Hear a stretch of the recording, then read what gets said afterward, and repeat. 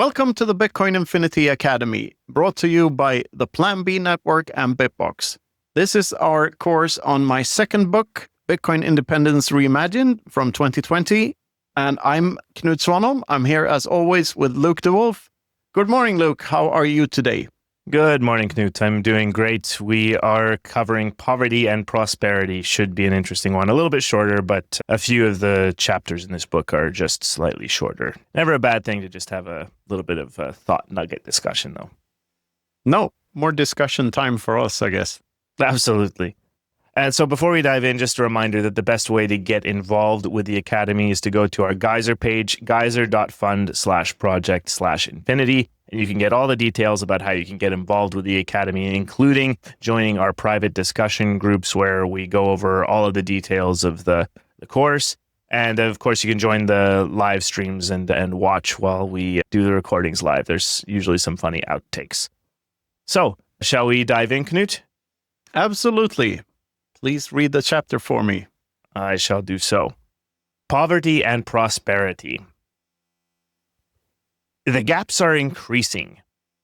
How many times have you heard this rhetoric? Whether it's the wealth gap between countries or the pay gap between the genders, the gap itself is always marketed as a vile thing and a societal problem that needs to be solved. We are led to believe that wealth cannot be acquired by any other means than by exploiting the poor in one way or another. The Uncle Scrooges of the 1% are somehow leeching off of the lifeblood of the less fortunate, using them for their evil capitalistic schemes. This rhetoric is completely backward, though, and merely serves as a tool for the real elite to keep all of us ducks in line. First of all, economics is not a zero-sum game. John, the fisherman, can sell fish to Bob, the builder, and Bob can build John a fishing rod in order for him to increase his daily catch.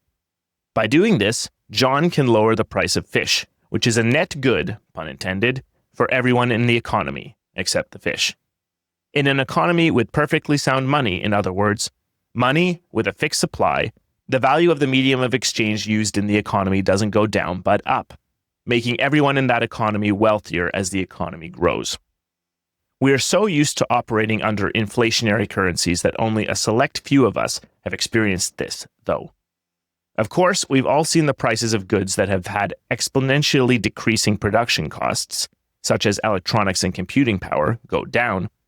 But in a sound money economy, all prices go down as overall productivity rises. If the amount of money is stable, while the amount of goods we can produce increases, it will necessarily take less money to buy more goods. All right, a fair bit to unpack there. What do you think, Knut? Yeah, it's the pay. First of all, the pay gap between the genders. I wonder if I included all 18 genders here when I wrote this. And if there are no genders, then there can be no pay gap, right? Because we're all the same flock. Anyway, jokes aside, this is all, the nature of the free market is deflationary, as Jeff says. It's all about that. In a functioning free market, in actual capitalism, which is something we've never tried as humans, where we cannot inflate the money supply, the result of that is that all prices go down over time.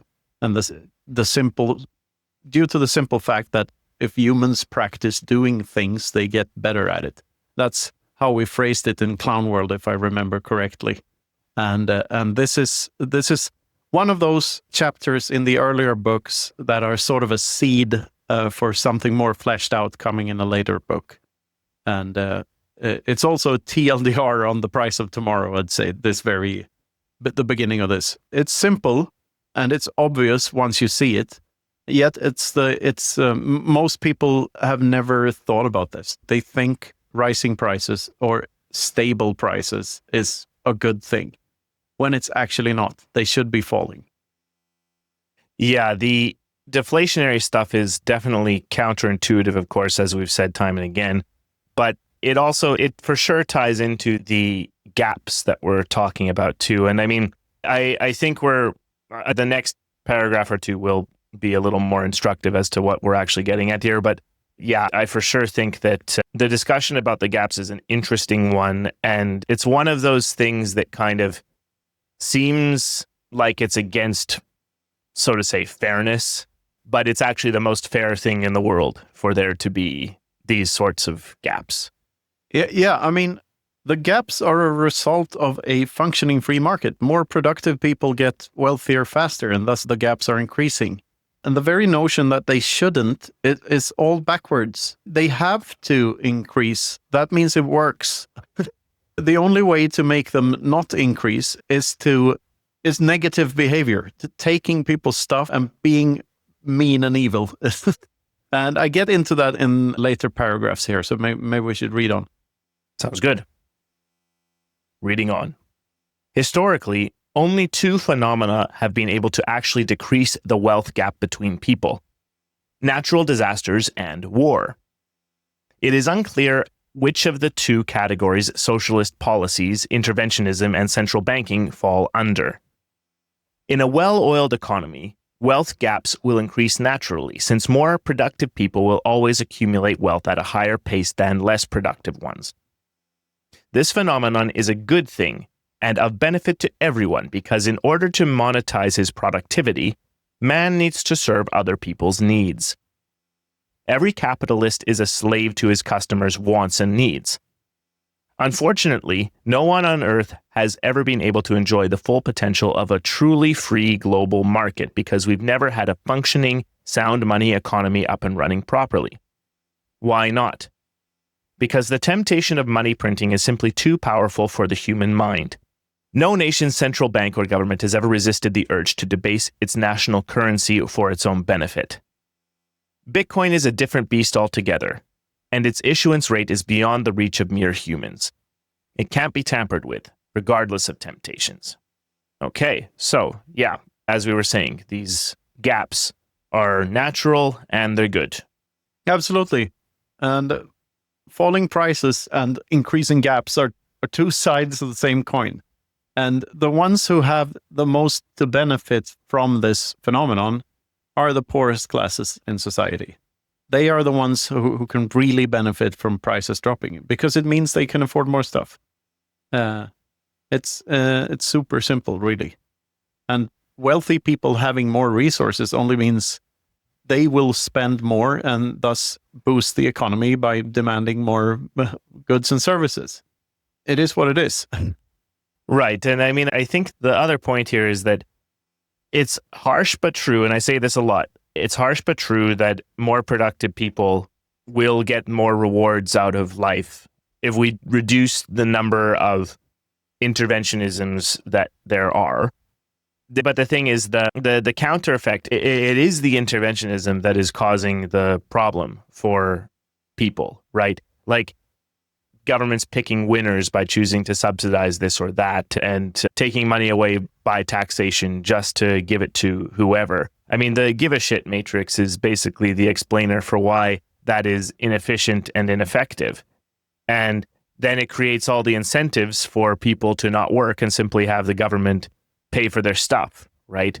So it's sort of that it might seem natural to want to fix this somehow or help people who are less fortunate, but it just feeds into the problem, right?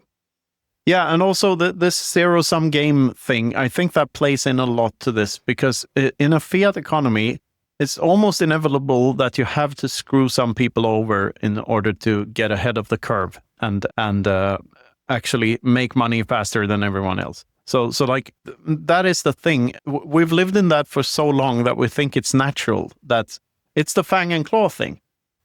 If you fight it out instead of trading, you have a winner and a loser. If you trade, it's both parties will have to think that they have something to gain from the interaction. So it's a net positive for both parties.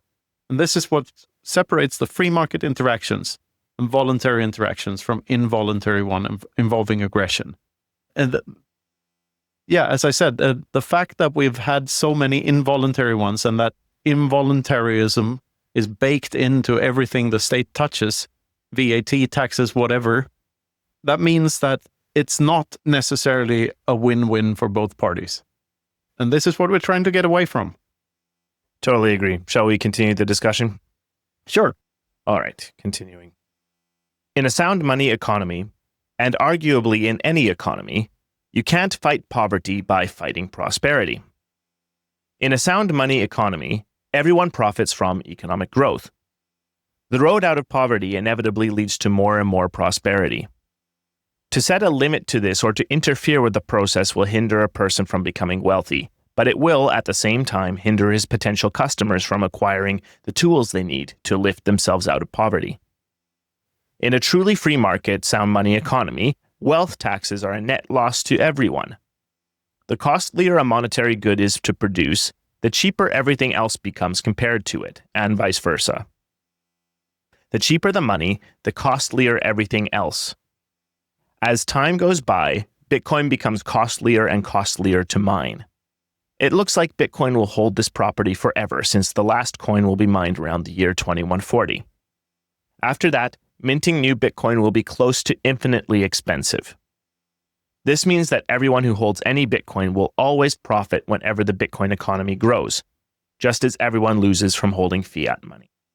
All right, some fairly important points here, the Bitcoin of it all. Yeah, and there's a couple of sentences that Jeff Booth later on rephrased in The Price of Tomorrow. One of those wonderful catchphrases, scarcity in or abundance in money, scarcity in everything else, scarcity in money, abundance in everything else. That's what this paragraph is saying, I think. Yeah, and well, one of the points that I actually quite like that is related to the Jeff Booth thesis and all this is that there is actually no such thing as economic growth if you fix the denominator. Economic growth is price deflation, right? Yeah. So if you're operating in an environment where what you measure the economy in is fixed, if you by nature are quote unquote growing the economy, you're simply increasing the number of things that you have to divide 21 million by. So the economic growth can equally just be measured as price deflation in that regard. So we supposedly have all this economic growth happening, but prices are going up. And I think that's just one of the light bulb moments for me anyway. Yeah, absolutely. GDP is such a vulgar metric that they include, weapons and weapons of war and medicine and stuff in when they calculate GDP. It's not at all measuring how well individuals are doing in that country, and you can't measure economic things. It's impossible. Especially if you're using a fucked up denominator that cannot measure anything in the first place. But as you say, GDP would be completely steady on a Bitcoin standard because you can't, the number doesn't change. That's why number goes up, because number doesn't change. Purchasing power is the thing that goes up, not number. And there's number no goes way down, actually. Yeah, exactly. Number goes down with lost coins and stuff, especially. But it's sort of like with so many other things, Bitcoin is just shining a light on how obvious things really are and how complicated we made them. And this is one of those things. Like, why are we measuring at all? Couldn't we just let prices fall and just enjoy everything getting better for everyone? Why do we need a measurement? The only reason is so that one country can compare itself to another country, and they shouldn't exist in the first place. Everything the state says is a lie, and everything it owns is stolen. It's super true. I mean, I'll devil's advocate just one point there. The idea of the measurement, there is value in that so that people can make their own informed decisions, right? Like if you want to say which country is better than another on this or that metric, GDP per capita is not terrible. In a fixed point in time, the trends might be screwed up for the reasons we've discussed. And similarly, if you're measuring like productivity of some kind, how much output a country produces of a certain good is worth measuring. But as we say, with the denominator is broken and they're trying to measure things in the economy itself growing, like again, how does the economy growing make any sense at all? It's only growing in the monetary units, and there being more monetary units. How does the economy grow otherwise? It's just so weird. I don't get it. Yeah, I guess the idea is to have the money expand at roughly the same pace as everything else, but which is like impossible to actually pull off. But as you say, like information itself is never bad to have. It's just that you need to be aware of what the information actually is and what it actually measures when you're doing your economic assessment of whether you should move to another country or not. So of course, you can have some use for the GDP number. You should just be aware what it is and how the basket of goods changes over time when measuring inflation and such. Like those numbers are also completely skewed and don't include high value assets such as fine art or real estate. That's the thing. There's nothing wrong with information. There's nothing wrong with making economic assessments before making a decision about anything. You should just be aware of what it is you're actually measuring with GDP. Very much so. Should we continue the discussion on the Bitcoin of it all? Yes, why not? Moving on. Some claim that Bitcoin was designed for black markets and that without state control, money laundering and other economic crimes will be harder to fight against in an economy without government oversight. From an Austrian economics perspective, this is absurd and just another proof of how effective the brainwashing machine of the interventionists has been. To a libertarian, there is no such thing as a black market, since markets aren't intrinsically good or bad, and there's nothing morally wrong in trading one item for another. In well-oiled, functioning liberal democracies, the necessity for black markets is somewhat limited. But the black markets of Venezuela, Zimbabwe, or Cuba tell a different story. White markets might keep so-called dangerous goods off the streets, but they reinforce the status quo, let cartels have things their way, and form monopolies. We are yet to see the final result of the last century's worldwide interventionist policies, but while we wait, there's only one type of tamper-proof way to transact peer-to-peer besides barter. That ought to mean something. Yeah, so money laundering is good, is the TLDR here. Yeah, I guess. So why do people choose the white market above the black market? Why do people voluntarily pay the taxes, even when they have a choice to accept cash and just not tell the government about some stuff? Most of the time in developed countries, merchants don't do that, but instead they actually write down the whole thing and they do the accounting properly and they pay their taxes to the government. And if you really think about why, because they would have preferred not paying that thing. That is obvious, like more money for them. It's because of the risk involved, because the risk is so high because the punishments for not paying taxes can be very costly. Avoiding paying taxes can be very costly. So you're putting yourself at risk each time you do a black market transaction, especially if you're a small company that is under scrutiny, like that's being watched by Big Brother. And the merchant won't tell you that this is the reason because he can't. And this prevails throughout society. People say that, oh, no, I pay my taxes. I'm proud to pay my taxes. Because they don't want your fellow man to know that you would prefer not to. So it gives people not only an incentive to pay this mafia fee, but it also gives people an incentive to lie to one another about why they're doing it and to lie to one another about being a good citizen. I saw this. I've been on Cuba several times, and there it was absurd. You could have people.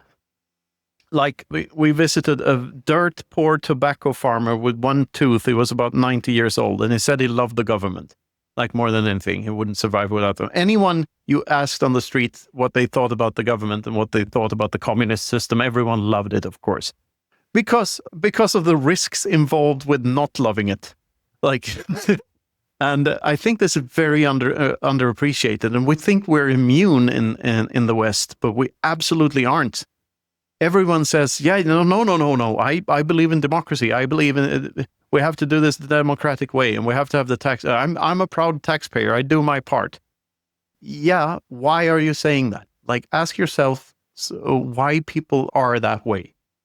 And I think it has a lot to do with incentives, and it has a lot to do with a hidden gun threat behind everything and the risks involved in not being a law-abiding citizen. Yeah, I mean, I basically run into this when I'm explaining Bitcoin to new groups of people. And one side effect of the BTC Hell conference is that a lot of people that I know in real life here in Finland have started to ask me more about Bitcoin, which has been great. But the largest, I'll say, objection that has come up by smart people who seem to get the technology and even the economic reasons for it, the hurdle now appears to be the money laundering and like tax evasion side of it. And I mean, it's just a lens shift, right? Like, I mean, for the reasons you stated, I am not advocating for tax evasion and I am not advocating for money laundering. I'm not saying to do it. I am saying that Bitcoin increases the ability to do it is neutral to good, definitely. Because the thing is, it's just a system opt-out, right? And the biblical render unto Caesar that which is Caesar's is kind of the situation that I think we're in right now. Like, we do live in countries and we do live in systems that require you to pay your taxes, and not getting on the bad side of that is probably good for your and your family's physical health, right? But any degree to which we can create a new parallel system that doesn't have these problems and eventually trends toward a world where the government is smaller and the power of the monopoly on violence is less is a good thing. So gradualism, and I'm not advocating for people in Finland to buy Bitcoin and then do mass money laundering and tax evasion. But I am advocating for Finland to start to have less taxes and to have less of a burden on its citizens and make the economy freer. I definitely want that. So it's sort of two things at the same time, I guess. But yeah, and when you're saying this, do you think you're saying it because there's a risk to taking the opposite position? yes. Good. Then we full disclaimer. So no, and this is exactly what I'm talking about. Like, you're proving my thesis in a way. And to me, it's all about optionality. Like, and as most of our listeners probably know by now, I'm a full 100% voluntarist. I think everything should be voluntary. And I don't like aggression. I don't like coercion. And therefore, if there's a tool to make, victimless crime laws, such as tax laws, less enforceable, then that's a good thing. And if you don't believe that, I don't think you will ever get Bitcoin. Like, not to the full extent, at least. No, I can agree with that. Although it's a journey. Everyone goes on a journey. Let's see. Shall we continue with the chapter? Absolutely. Have you ever walked into a brick and mortar store and asked them where you could find something that they didn't have? The answer you can expect is one that recommends another, often competing store.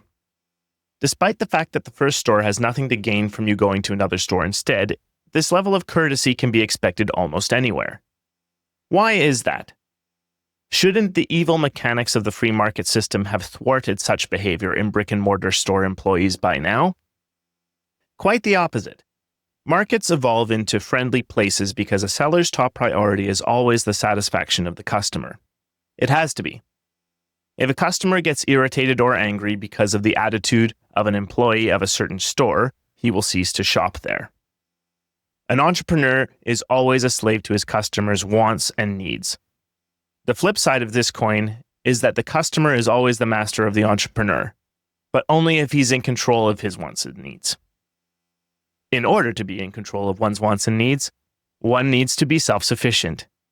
In order to become self-sufficient, one needs to be allowed to pursue one's goals relatively unhindered. When markets aren't truly free but crippled by interventionists, self-sufficiency becomes harder to achieve. This skews the prices of stuff that people want in comparison with the prices of what they actually need. People who aren't even close to being self-sufficient but still have a steady income from social security programs buy frivolous things they don't really need all the time. The fact that you can be poor and obese at the same time is a testament to this. That combination was unthinkable everywhere in the world a mere 100 years ago. The entrepreneurs won't complain, though. Whether or not their customers are really acting in their own long-term best interest or not matters little to them. This is a feature, not a bug in the free market system. And it does work, but only if the customer realizes that how they ought to allocate their resources is their problem, and theirs alone. A semi-free market, distorted by interventionism, can never reach its full potential because of these effects. Yes, very good. Yeah. First of all, I wonder where the expression brick and mortar comes from. Do you know? I don't. No, me neither. It's just a funny expression to me, a brick and mortar store. Okay, I mean, I think it just literally refers to that it's the physical building as opposed to online. Yeah, probably. Yeah, and I love this first example here that you're well treated, even well treated to merchants point you to alternative products that they don't have anything to gain from, seemingly don't have anything to gain from doing. Like instead of telling you that, no, you shouldn't shop there, they're all assholes, you should shop at my store, they usually recommend the other store. Because of this wonderful free market phenomenon, that's better for them, because no one likes a shit talker. No one likes someone who talks down other things. Like you ought to be friendly and is accommodating to your customers, and that's more important. So it's a very beautiful effect, I think, if we're talking about the first paragraph here first. So yeah, what are your thoughts on this paragraph, Luke? Yeah, I mean, it's an interesting social phenomenon, right? Like the incentive to just be nice to people and, I don't know, competition and greed aren't the only drivers in the world. And the pure Randian view of this is a little bit, it's not accurate. Like people are not... I think this is the pure Randian view. Sorry for interrupting here, but this is... what I'm trying to explain here is that this is a phenomenon of greed. Like the entrepreneur has an actual economic incentive to recommend the competing product because it's more valuable to them to seem as the good guy than to actually sell the product. Yeah. I think I agree with you. It's a thing of nuance, right? Like what is usually described as like pure greed is not what it is in real life. Like everyone can be acting in their own economic self-interests and also not be assholes, basically. And that's mediated by culture. And this, of course, is one of the things that I enjoy, the way culture keeps guardrails on itself. And I was actually reading today, coincidentally enough, the difference between kind of a purely voluntarist society and what Hoppe kind of advocates for, which is like free cities that are allowed to discriminate against people they don't want there. And I think that's actually the kind of system that is perfect. It's perfectly fine. It's perfectly fine to say you are not acting the way that the rest of us people want to act, and so you don't get to live here. Well, once again, I think that is a total 100% voluntarist system. Exactly. Because if you own the property, you get to dictate the rules. That's sort of it. And you can live here in my city or our city that we own together, but only if you're willing to pay the fees for water, electricity, and so on. It's like the Ancapistan to me is not just pure hippie anarchy. It's rather the opposite. It's privately owned stuff and a lot of discrimination. I don't know why discrimination is viewed as a negative word. To me, discrimination is crucial. It's the essence of property rights. I ought to be allowed to discriminate between who gets access to my house or not, and who gets to get into my nightclub, and who gets to say what on my social media platform, and even who I choose to sell stuff to. Like there was a big debate in San Francisco a while ago when a gay couple ordered a wedding cake where, two men on top, and the baker was a devout religious person or something, and he refused to bake the cake. And there's a big debate about that. And no, we live in a free country, we should be able to order the cake. Well, this is backwards. Like the merchant should be free to sell whatever he wants to whoever wants to buy it, and what he could have done is said, okay, I'll bake you the cake, but the price will be this, and just increase the price. That's how the market's supposed to function. Everything's subjective, and there's nothing wrong with that. Like, discrimination is crucial for property rights to be an actual thing. Like, yeah, there's that. No, totally agree with it. And I mean, the funny thing with the kind of all these DEI initiatives being excised out of companies now, and I believe truly rightly, they don't do a thing of good. I mean, the only thing that's directionally any good about the intention behind the DEI thing is that just don't be a dick to people in the workplace or in general. That's pretty good. But the thing is, companies make a discriminatory decision every time they hire someone because they're discriminating against all of the other people who they didn't hire. And if they just simply pick the person that they believe is best for the job, and everyone does that, then we'll see who wins, right? And if you have your company that really only wants to hire people who tick as many diversity boxes as possible, put that up against the company that hires the people that they believe is the best at doing the job and see who wins. Yeah, and as you say, like, just don't be a dick to people is a good intention.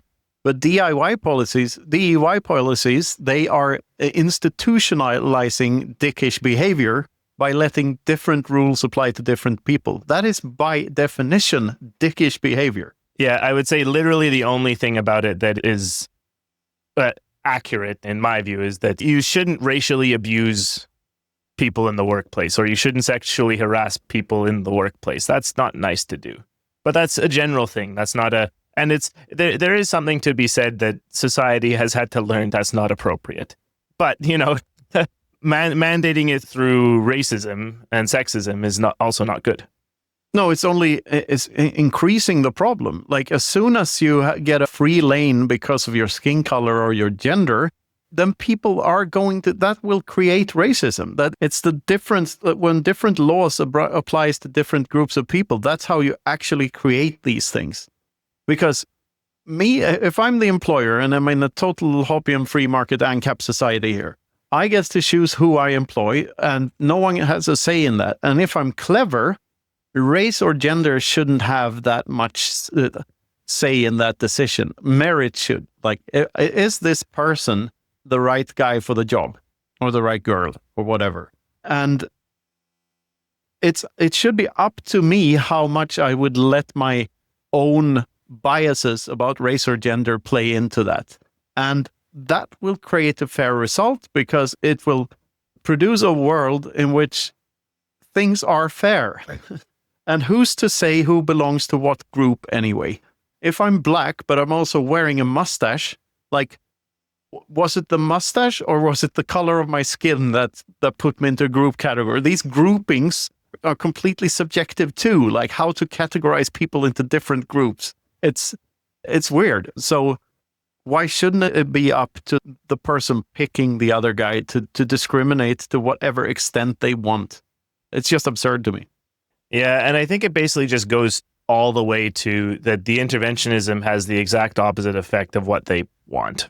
That's it. And this is, I think, one of the things where there's this whole thing about bridging the gap with the politics. And I know you can do the whole, everything is to the left of the 0 point, but we're talking about trying to bridge the gap with people who are more lefty than not. Like, the good intentions, I recognize that they're there, that most of the people who are voting for these things think that they're doing the right thing by doing it. And I get it, that it's nice to want to have a society where people are taken care of and all this. That's nice, but it results in worse outcomes for everyone. That's the thing. And we have evidence of that, and we have the solution. The solution might be a little messy because decentralized, permissionless things not controlled by anyone cannot force themselves on anyone, cannot be forced upon anyone. It just has to happen. But those people who do decide to take up the permissionless, decentralized opt-out are going to have better outcomes. And we're going to see how that plays out. And that's it. Absolutely. 100% agree. It's racism and anti-racism are two sides of the same coin. And what we want is no racism, not the vintage kind, or the modern kind, which is the anti-racism, the racism of low expectations. And this is it was so depressing to me when the whole DIY movement started and hate crime laws and all of that stuff, because society as a whole, I felt, were very close to getting rid of racism for real. And then they changed the definition, and now it's a thing again. And I wish that wasn't the case. Yeah, I totally agree. And I mean, I think I remember getting into arguments on the internet with people I knew in real life, but Facebook, whatever, back when I still had it in the early 2010s. I remember just getting into arguments about that back when this was first starting. It's always been intuitive to me that anti-racism is racism, anti-fascism is fascism. The anti-thing is always the thing that it's saying it's against. And I don't mean that by a rule. It's just that it's turned out to be the case. And it's strange because another thing I read is that just the left has completely lost its way. There was probably a time when the political left back in, I don't know, the 50s, 60s, 70s, something like that, was actually doing something good for the average person when the levers of control were being wielded authoritarianishly by people who had power. And there was this movement of whatever, but it's just Stop completely... the Vietnam War, for instance. That's a good example. Totally. Totally. And but it's just all lost its way. And yeah, I hope there's that people who kind of think from this mindset of let's make society fair and blah, blah, blah, can learn about this stuff and can start to bridge the gap. The polarization is really unfortunate. And yeah, it's unfortunate also that many of the people who kind of are so ingrained in the state and want the state to continue to grow bigger and want the interventionism to increase are just going to be the ones who lose. It's unfortunate for them, but whatever, their choice. Yeah, and it's back to the war of words. So many words have been hijacked here, including racist and sexist and fascist and all of that, but also liberal, liberal values. That ought to have something to do with Adam Smith and being pro free market and live and let live. But it's not. It's all about interventionism these days. No, and there's a reason why Orwell called the totalitarian police force the Ministry of Love in 1984. And that's exactly how it plays out, right? You get these words that are supposed to mean that are literally describing something that is the opposite of what it's supposed to be. Yeah, it's definitely all, it feels upside down, but at least there's a way out, and that's Bitcoin. There's a way to inverse it. There's a way to inverse it. Absolutely. Well, Knut, I feel like this has been a great discussion. Shall we end it here? Likewise. And yeah, we should say a word or two about our sponsors before that, I guess. First, we have Bitbox, a fantastic hardware wallet that we are happy to recommend. This little device can store your Bitcoin securely, and they have a very simple interface, so it's very easy to use as well, and we like it a lot. Absolutely. And they now are fully compatible for iOS users with the new Bitbox 02 Nova. A bunch of other improvements with that. It wasn't a total redesign of the thing, so they didn't give it a totally new name, but it's an improvement on the already good existing product. So go to bitbox.swiss/infinity, and you can get a discount there and all that. So check that out. And also go to planb.network and check out everything going on over at Plan B. We're thrilled to be a part of their educational initiative and they're great supporters of what the Academy is doing here. So we're happy to support them on back. They check out all the classes that they have available. You can learn all about Bitcoin. It's a great place to direct anyone who wants to learn more about Bitcoin too. And they want to translate everything they have into all the languages of the world and keep adding courses and all this and just spread Bitcoin education throughout the world. So again, planb.network. Absolutely. And they're hosting this fantastic conference in the end of October, which we are attending, the Plan B Forum. Don't miss that if you have a chance to go there to Lugano. It's a fantastic place. You can come and talk to us there. Absolutely. So with that, I think this has been the Bitcoin Infinity Academy. Thank you for listening. Bye-bye.